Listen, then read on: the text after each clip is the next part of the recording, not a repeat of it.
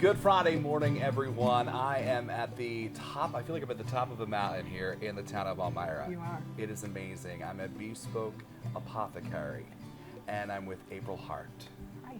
April, how are you? I'm good. How are you? Thanks for coming. It's so great to be here. Appreciate I have learned a lot of your, I've heard about you guys and have used some of your products, but I wanted to come and explore because you have an amazing thing up here on this mountain here in the town of Elmira. Tell me a little bit about this apothecary. Tell me a little bit about your journey, how you started this. So in 2010, my mother passed away, and 3 months later I was diagnosed with breast cancer. And that immediately I knew that I wanted to take a holistic approach to my disease. And we started immediately studying. We changed our diet within an hour of the diagnosis. I mean, it was like cold turkey. We Really? went for an alkaline diet approach and really focused on mind, body, spirit healing, Okay. and really dove into it that way. And I actually decided to not do chemo, radiation, tamoxifen, double mastectomy, all of it. I decided to take my own approach because I thought, well, it's always there. I could go back to it if what I felt in my heart I wanted to do didn't work. So here we are, going on 12 years later, and we just dove into food at first and then started learning about herbs. It just kind of came as the process unraveled in front of us because it just made sense. And so we started to study and learned online because at that time we were both working full-time jobs, really just fell in love with plants and became herbalists. That's cool. And started making at first products, skincare products, because things that are on the market that say they're holistic or natural or organic, when you flip it over and you start to research the ingredients, they really aren't. And there's a lot of, untruths. And so we thought, well, we'll just, cut the middleman out and start making products for ourselves. And then we started sharing those products with other people, and they liked it, and then it just snowballed, and here we are. I think we started making products 7 years ago. Okay. Here we are doing this full time for the last 4 years. We go to farmers markets. We have 30 retailers locally, regionally, and we're just really living our dream. I couldn't. Just the fact that, that diagnosis turned into all of this. I want to talk about these products. I do, but before we do, we're going to take a quick break, and I'm going to be right back with April, so keep it here. Welcome back this Friday morning. I am with April Hart, and we are at Bespoke Apothecary, and I just love that name. Where'd you guys come up with that name? So it means custom made or goods to order medicine. Okay. So custom made medicine. And you have a farm. We're on your farm right now. I love the story behind the farm. I think it was like Twin Peaks or something like that. Oh, you know about that. Yeah, I did. I did my research. Wow, I'm impressed. That's really cool. So I want to talk a little bit about your products, and I want to start with this guy because a friend of mine gave me a little bit of this fire cider.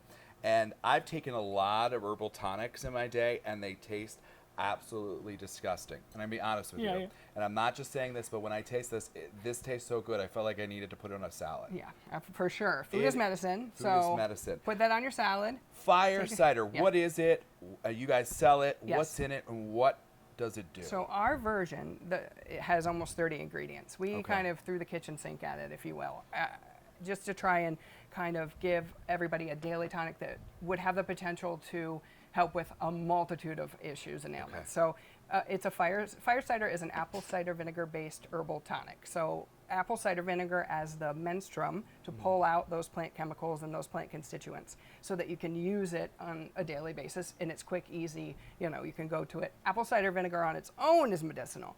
Adding all of those nutritive herbs, there are herbs for adaptogenetic herbs that help with stress management and dealing with stress better as it comes. There are herbs for upper respiratory, herbs that help people with their eczema because of gut health and that role that it plays in health. Okay.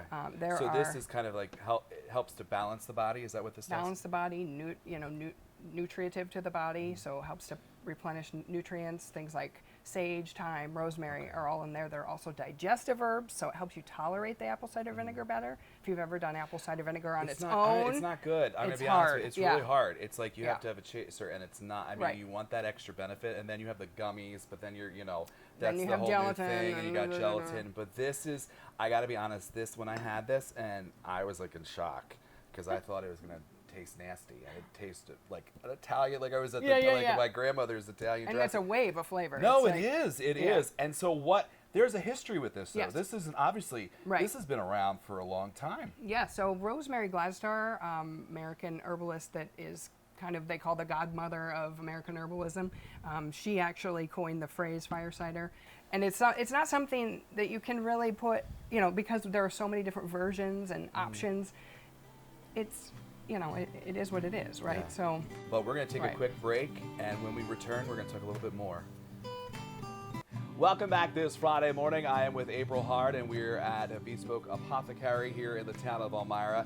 And April, one of the big issues, obviously, as I get older, is aches and pains. Obviously, there's a lot of people at home that might have arthritis, Yeah. pain management. So diet is huge, obviously. Sugar is going to trigger that, and carbohydrates. But some things that you can do that we have available are the switchel and sporchel. The switchel, with that ginger and turmeric, highly anti-inflammatory. It's worked for a lot of people locally. Okay. And the great thing about it is they only need a few ounces a day. Okay. So a lot of times, an ounce or two of this is curbing, the pain daily for people. Okay. We have some higher powered things like tinctures, which are. Yeah, tell me a little bit about tinctures, because you clearly have a lot of tinctures. We which have I almost think is 100 tinctures. 100 tinctures. Over 100 tinctures So at this point. Yeah. what are the tinctures for? So, so each of these are going to be For a different for ailment. dozens of Okay. different actions. So, and the great thing about herbs is they get inside and they're able to do the work. They're intuitive. They know what to do. So when they have these multitude of actions, you have just a greater chance of helping yourself. Tell me a little bit about these tinctures and how do you use them? Tinctures are an alcohol preparation. So you Okay. use alcohol has pretty much the best ability to pull out the most of the plant's magic and chemicals yeah. and constituents. So between the water aspect, which there's always going to be water involved, and then the alcohol, that's just pulling out a lot to make it a concentrated, easy to use, very shelf-stable way to take and ingest plants. So very safe. By the end of this, a lot of the alcohol has been kind of processed Yeah. out of it.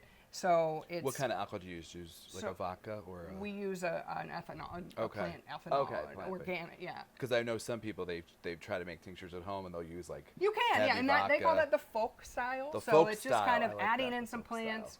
Yeah, this is more of a clinical route that we take Okay. to try and make sure that every time we're getting the same, Okay.